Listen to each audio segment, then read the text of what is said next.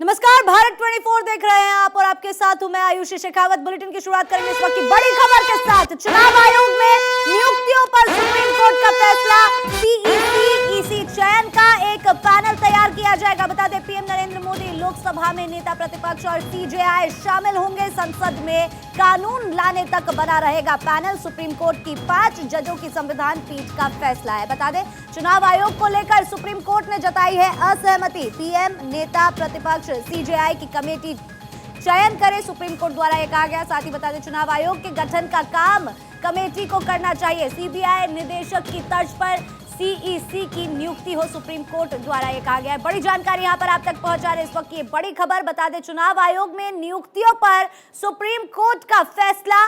CEC EC चयन का एक पैनल तैयार किया जाएगा। पीएम नरेंद्र मोदी लोकसभा में नेता प्रतिपक्ष और सीजेआई शामिल होंगे इस पैनल में। बता दें कि संसद में कानून लाने तक बना रहेगा ये पैनल। बहुत ऐतिहासिक फैसला है जो लोकतंत्र के ऊपर बहुत असर डालेगा, क्योंकि आज तो हम देख रहे थे कि इलेक्शन कमीशन बिल्कुल सरकार के इशारों पर नाच रहा था और उसका एक कारण ये था कि सरकार जिसको चाहे बना देती थी।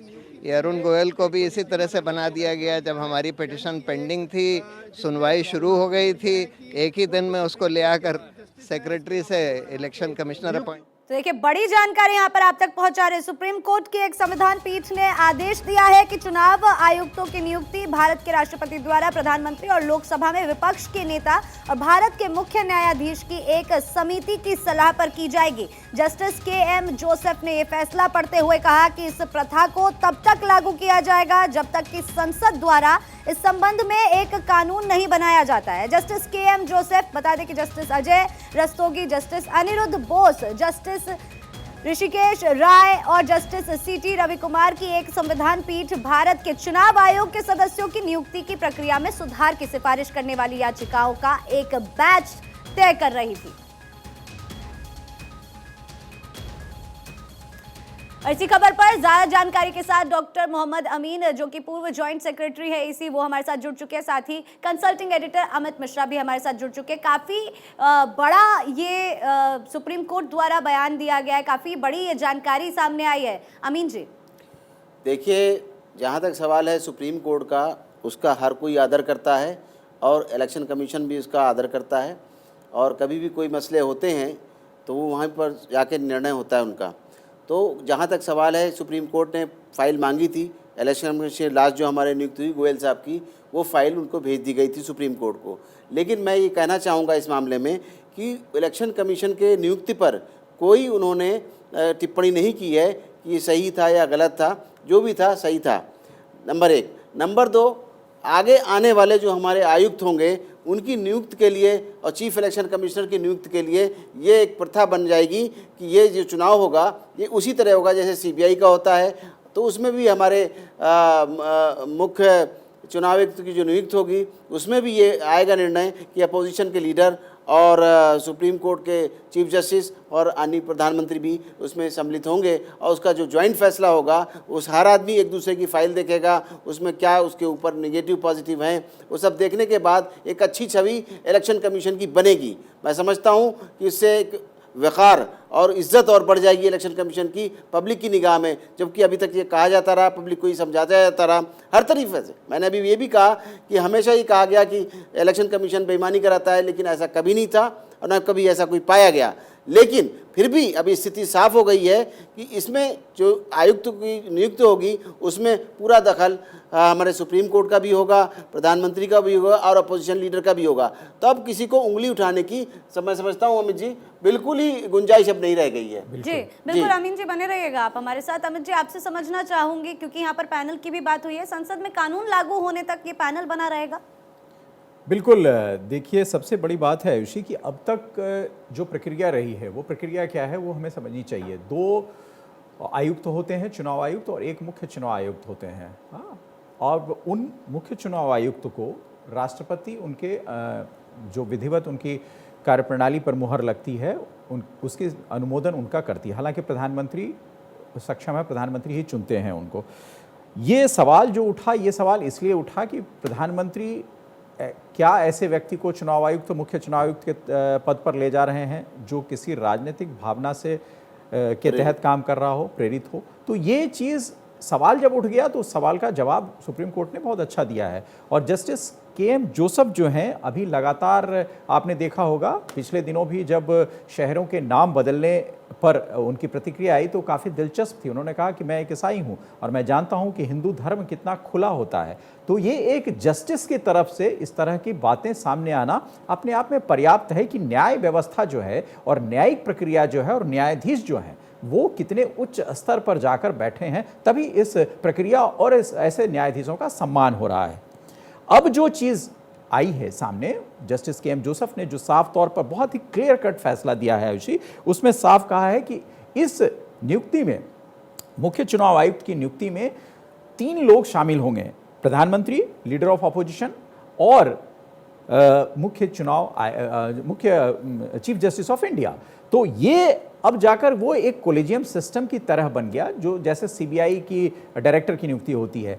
अब जाकर इस चीज़ को कोई चैलेंज नहीं कर सकता, क्योंकि विपक्षी दल के नेता की सहमति अगर किसी नाम पर बनती है तो फिर विपक्ष उस विषय में जाकर कैसे कह सकता है, कैसे सवाल उठा सकता है उस मुख्य चुनाव आयुक्त पर जिसके नाम की सिफारिश की है। और उसमें प्रधानमंत्री हैं, चीफ जस्टिस ऑफ इंडिया हैं, तो तीनों की सहमति इस विषय पर बनती है। वैसे व्यक्ति, मतलब एक साफ सुथरी छवि के व्यक्ति को ही इस पद पर अब आसीन किया जाएगा।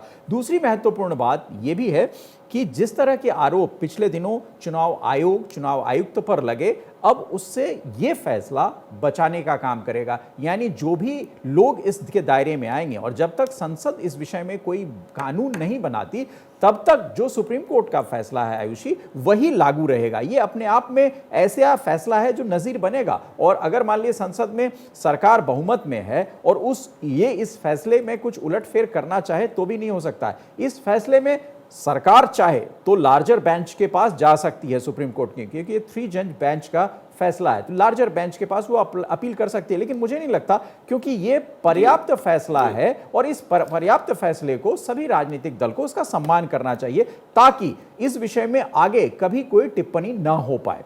जी बिल्कुल अमित जी, जिस तरह से आपने कहा कि आगे चलकर इस विषय पर कोई टिप्पणी ना हो सके, इसका भी ध्यान यहाँ पर रखा जा रहा है। जब तक कानून नहीं बन जाता है तब तक ये पैनल बना रहेगा और सुप्रीम कोर्ट ने अपनी बात यहाँ पर रखी दी है। कानून बनने के बाद क्या लगता है आपको, कितना असर देखने को मिलेगा, क्या बदलाव देखने को मिलेगा?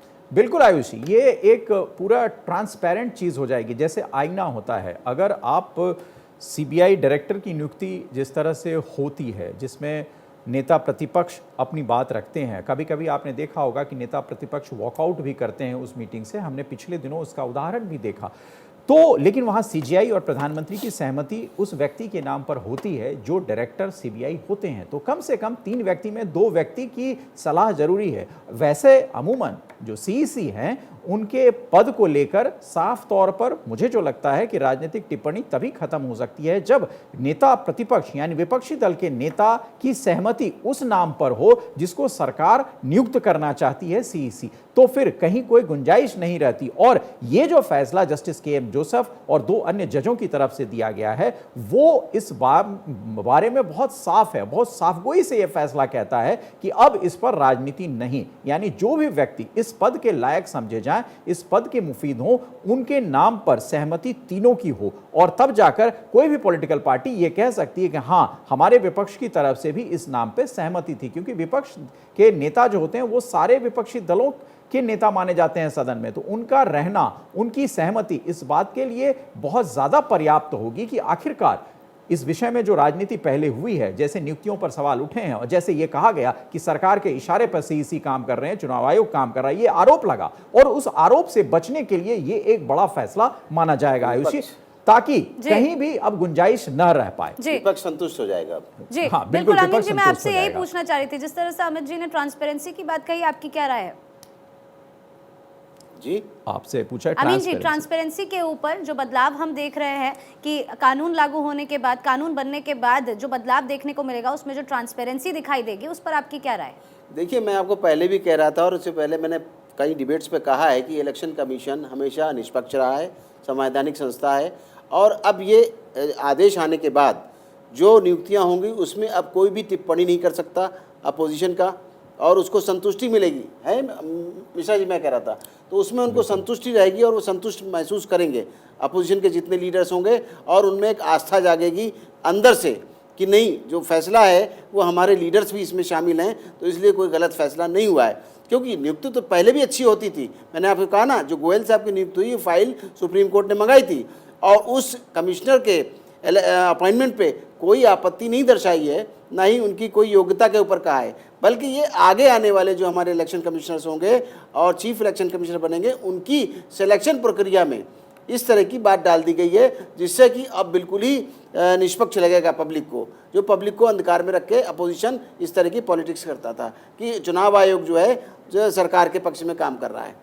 जी बिल्कुल अमित जी, आपसे समझना चाहूंगी, जिस तरह से सुप्रीम कोर्ट द्वारा ये भी कहा गया कि सीबीआई निदेशक की तर्ज पर सीईसी की नियुक्ति हो, इसका क्या महत्व है?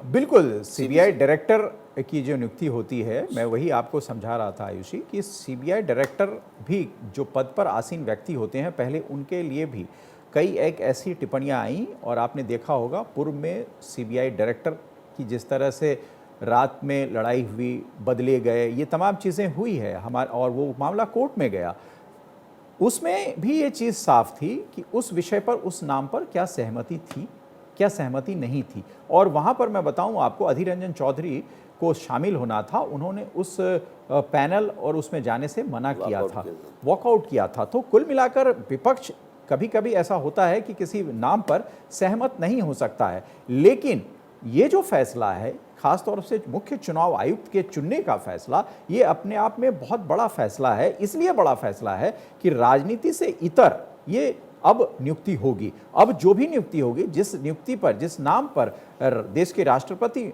मोहर लगाएंगे, अनुशंसा ये तीनों मिलकर करेंगे उसकी, और ये मस्त हो गया, ये बिल्कुल जो नेता विपक्ष हैं उनकी सहमति इस विषय में बहुत बेहतर मानी जाएगी, और उनकी सहमति के बिना इस विषय पर अगर कोई नियुक्ति होती है तो फिर यही सवाल वहां खड़ा हो जाएगा कि हमारी सहमति इस नाम पर नहीं थी। तो प्रधानमंत्री को, विपक्ष के नेता को कॉन्फिडेंस में इस विषय पर लेना पड़ेगा, और सीजीआई तो महत्वपूर्ण भूमिका हमेशा से हर नियुक्ति में निभाते हैं, तो यहाँ लेकिन महत्वपूर्ण भूमिका यह है कि विपक्ष के नेता को किस तरह कॉन्फिडेंस में लिया जाए, उस नाम पर किस तरह उसमें सहमति बनाने की कोशिश की जाए जो निर्विवाद हो, जिस पर कोई दाग नहीं हो, और जिसके ऊपर यह आरोप ना लगे कि ये सरकार के लिए या सरकार के इशारे पर काम करते हैं, जैसा कि पहले लग चुका है। तो ये एक नजीर तो बन ही गया है। जी जी बिल्कुल अमित जी, ऐसे में जस्टिस रस्तोगी ने ये कहा है कि जो चुनाव आयुक्तों को हटाने का आधार है वो वही होना चाहिए जो मुख्य चुनाव आयोग को हटाने का होता है, आयुक्तों का होता है।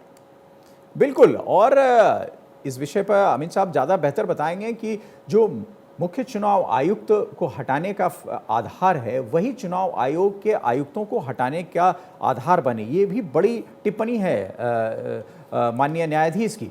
तो माननीय न्यायाधीश ने इन तमाम चीज़ों का परीक्षण किया, उस विषय में अपनी राय रखी, और वो फैसले में कन्वर्ट हुआ। वो राय जो है वो सिर्फ ऑब्जर्वेशन तक सीमित नहीं रहा, वो फैसले में आया है। और ये फैसला जो है आगे आने वाले समय में जब भी चुनाव आयोग, चुनाव आयुक्त, मुख्य चुनाव आयुक्त की कार्यप्रणाली पर कभी कोई सवाल खड़ा होगा तो ये जो फैसला है, इस फैसले को कोट किया जाएगा। चाहे मामला अगर सुप्रीम कोर्ट में भी जाएगा तो भी जो आज का फैसला है, आज का जजमेंट है, वो रेफरेंस के तौर पर होगा। लोकसभा में भी अगर ये कानून बनाने की प्रक्रिया आती है, जिस तरह से अभी कोर्ट ने कहा है कि जब तक ये लोकसभा संसद में कानून नहीं बनता है तब तक ये फैसला कायम रहेगा, तो जब भी सदन में भी कानून बनेगा तब भी सांसद इस विषय पर इसको रेफरेंस के तौर पर रखेंगे। और यही नहीं, कानून मंत्रालय, विधि मंत्रालय भी इसको रेफरेंस के तौर पर सदन के पटल पर रखेगा, क्योंकि इससे इतर सरकार भी नहीं जा सकती और विपक्ष भी नहीं जा सकता। यानी जो हटाने की प्रक्रिया है, जो उन्हें बनाने की प्रक्रिया है, वो दोनों प्रक्रियाएं उसी में समाहित होंगी जो जस्टिस जोसेफ और दो अन्य जजों ने आज के फैसले में कहा है। बिल्कुल अमित जी बने रहिएगा आप हमारे साथ, अमीन जी आप भी हमारे साथ बने रहिए।